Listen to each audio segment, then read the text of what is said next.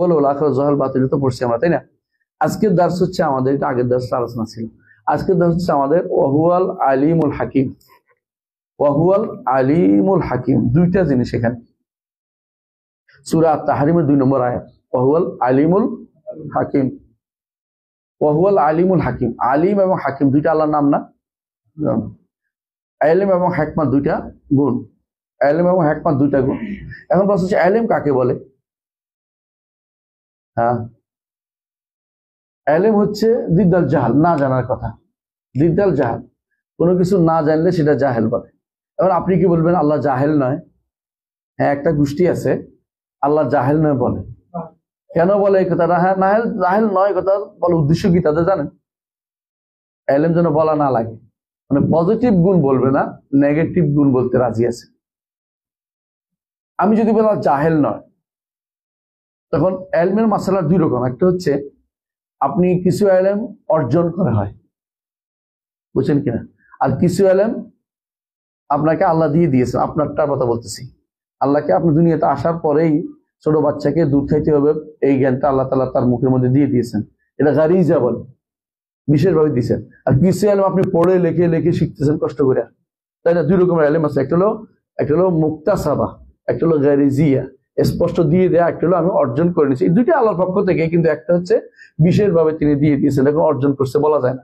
ছোট বাচ্চা কিছুই অর্জন করে না, কিন্তু তাকে আল্লাহ তাআলা ঠিকই কি করে, মায়ের দুধ টানার মতো জ্ঞান তাকে দিচ্ছে। তো এই হচ্ছে মানুষের ইলম। আল্লাহর ইলম কি এরকম নাকি? কোনোটা এরকম না।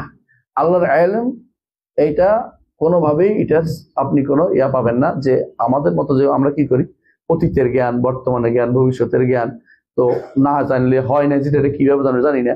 কিন্তু আল্লাহ তাআলার জ্ঞানগুলো হচ্ছে এরকম যে যা হয় নাই তাও তিনি জানেন।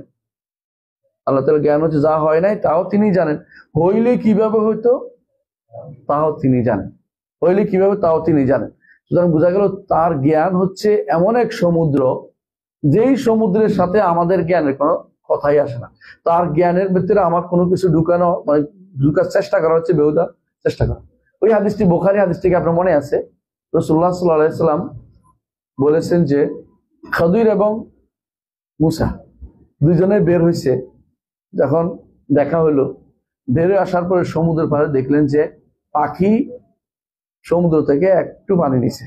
তখন তিনি বললেন যে আমার, তোমার এবং সমস্ত মানুষের ইলম এরকম, আল্লাহর জ্ঞানের থেকে এতটুকু শুধুমাত্র নিচে, আমরা কিছুই জ্ঞানের অধিকারী নই।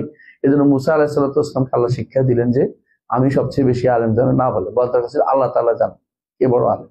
কিন্তু তিনি বলছেন বাহ্যিক দৃষ্টিতে, যেহেতু সত্যি আর তখনকার সময় বড় আলেম তিনিই ছিলেন, এই জন্য তিনি বলেছেন। কিন্তু আসলে আল্লাহ ছাড়া কেউ জানে না কোথায় কত বড় আলেম আছে, কে বড় আলেম, এটা একমাত্র আল্লাহ জানে। এটা কেউ যেন দাবি না করে বসে, এটা হলো উদ্দেশ্য। তো এখানে আল্লাহর ইলমের জায়গাটা এত বেশি ব্যাপক যে এটাকে কোনোভাবেই কেউ যেন অস্বীকার না করে, এটা ইলমের জায়গাটা। তো ইলমের জায়গাটা, আল্লাহর ইলম, এটা একটা তার বড় গুণ। এবং তার এই আলিম তার নাম, আলিম তার নাম, আলিমুল গায়ব আরেক নাম, আলিমুল শাহাদা তার আরেক নাম। এবং তার কর্মের মধ্যে আছে ইয়া আলামু, তার নামের মধ্যে আছে ইয়া আলাম। এগুলি সবগুলি তার ইলমকে বোঝায়, আল্লাহ তাআলা ইলমকে বোঝাচ্ছে। তো আল্লাহ তাআলা ইলমের ব্যাপারে আমাদের এই আলোচনা করার অর্থ হচ্ছে এটাই যে তিনি আলেম, যা হবেন যা হয়েছে সবগুলোর ব্যাপারে তিনি সবকিছু জানেন। এর কোনোটাতেই তার কোনো কিছু নকশ নাই ইলমের ভিতরে। আমাদের ইলমে কি আছে? নকশ আছে, একটা জানি তো একটা জানি না। তিনি সবকিছু পরিপূর্ণ, তিনি শুধুমাত্র জানেন, আর কেউ পরিপূর্ণ জানার অধিকারী নয়। আসেন, আরেকটা হলো হাকিম, তিনি হাকিম।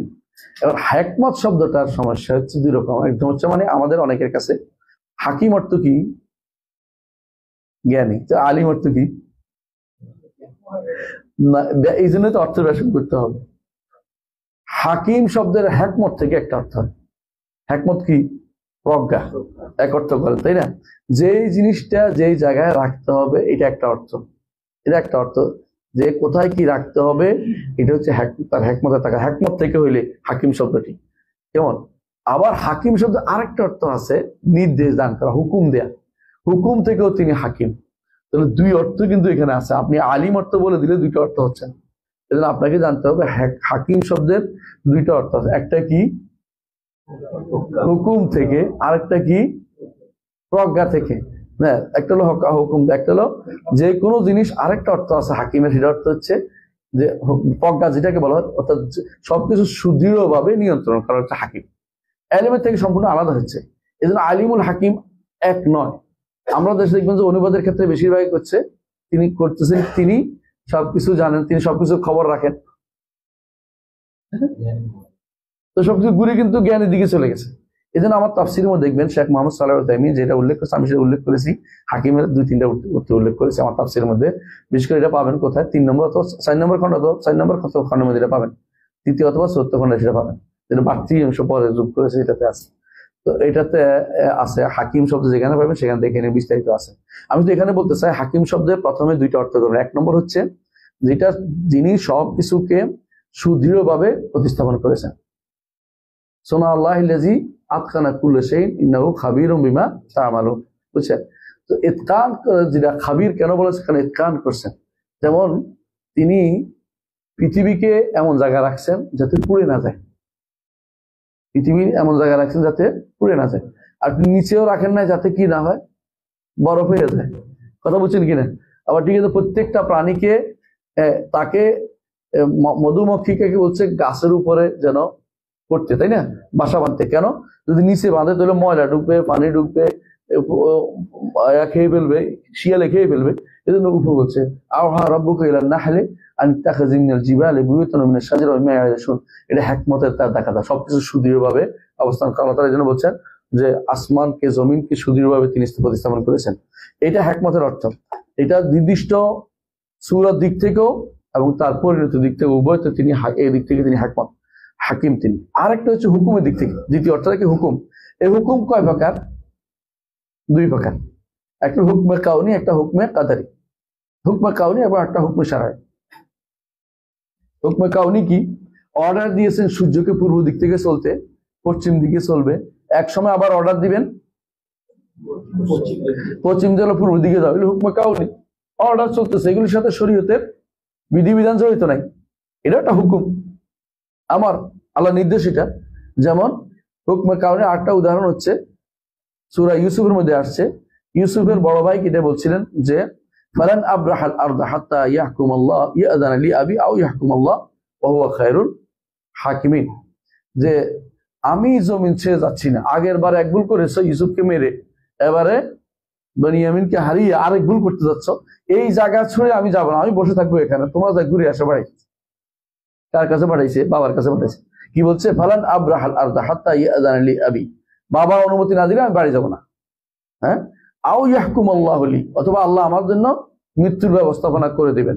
এই যে অর্ডারটা, হুকুমটা, এটা কি? এটা কোনো শরীয়ত না, এটা কি কাউনি। বুঝা যাচ্ছে কথা? যেখানে কাউনি হুকুম দেখবেন যে কাউনি আছে, আবার হুকমে শারঈ আছে। কেমন হুকমে শারঈ আছে? আল্লাহ তাআলা বলছেন উহিল্লাত লাকুম বাহিমাতুল আনাম, তোমাদের জন্য হালাল করা হয়েছে গৃহপালিত চতুষ্পদ জন্তু। ইল্লা মা ইউতলা আলাইকুম, তবে এর মধ্যে যা তেলাওয়াত করে আলাদা করা। যেমন গাধা হারাম করা হয়েছে, যেমন কুকুর, গৃহপালিত থাকলে কুকুর পালা যাবে না, খাওয়া যাবে না। ইল্লা মা ইউতলা আলাইকুম গায়রা মুহাল্লিস সাইদ, তবে তখন শিকার হারাম অবস্থায় শিকার করতে পারবে না, এটা আর বলে দিছে। ওয়া আনতুম হুরুম ইন্নাল্লাহ ইয়াহকুমু মা ইউরিদ, আল্লাহ যা ইচ্ছা তা তিনি হুকুম করেন। এই হুকুম কি? সরি, কারণ আগে হুকুম হারামের প্রশ্ন আসছে শারঈ। তাহলে বোঝা গেল যে হুকুম কি হয়? শারঈ হয়, হুকুম কাউনি কাদারি হয়। ইজিনও হয় শারঈ, ইজিনও কাউনি কাদারি হয়।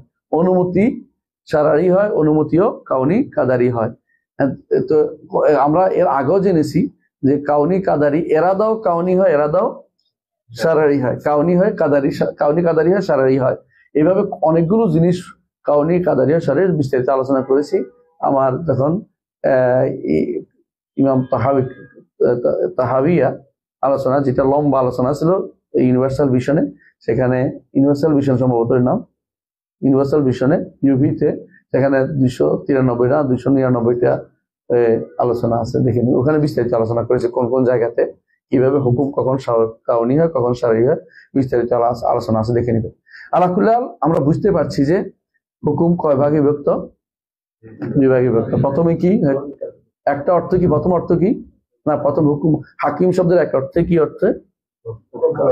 প্রজ্ঞা বা মজবুত দৃঢ় দৃঢ় সবচেয়ে সুদৃঢ়করণ অর্থে, তখন সেটার অর্থ হয় কি, সেটা হচ্ছে হিকমত অর্থে, হ্যাঁ হিকমত অর্থে, এবং সেটা এই অর্থে দুই দিক থেকে তিনি হাকিম, কি কি সুরতে বানাতে হবে তিনি ভালো করে জানেন, আবার কি পরিণতি বুঝবে সেটাও তিনি জানেন। আর যখন হাকিম অর্থ হুকুম থেকে হবে তখন কাউনি হবে এবং সারে দুইটা হবে। আলহামদুলিল্লাহ, বুঝে আসছে তো? আলহামদুলিল্লাহ। তাহলে এই দিক থেকে ওহুয়াল হাকিম আল খাবির, আমরা হুকুম তার হাকিম আল খাবির দুইটা নামও জানলাম আর কি জানলাম, গুণও জানলাম। দেখেন গুণ কিন্তু অনেকগুলো হয়ে গেছে। আলিমের জানছি, হাকিমের হুকম, হাকিমের গুণ জানছি না, ওয়াল হাকিম, হাকিমের গুণ আমরা জানতে পেরেছি। হাকিমের দুইটা গুণ, একটা এখন হাকিম এতকান অর্থ আসছে গুণ, আবার হাকিম হুকুম অর্থ আসছে, তো দুইটাই গুণ আমাদের জানা হয়ে গেছে। একটা নামের ভিতরে দুইটা গুণ, একাধিক গুণ থাকতে পারে। এরপর হচ্ছে খাবির, তিনি আরেকটা কি, খাবির, তিনি খাবির। খাবির অর্থ কি, তিনি সবকিছু গোপন সবকিছুর খবর রাখেন, গোপন সবকিছুর খবর রাখেন, আবার তিনি সবকিছুকে পরিবেষ্টন করে আছেন, এটা অর্থ। খবরও রাখেন, পরিবেষ্টন করে আছেন, বাড়তি অর্থ থাকতে হইব খাবির অর্থ। খাবির অর্থ শুধু জ্ঞানী বললে হবে না, শুধু জ্ঞানী বললে হবে না, এই জন্য এটাকেও আমাদেরকে বুঝতে হবে।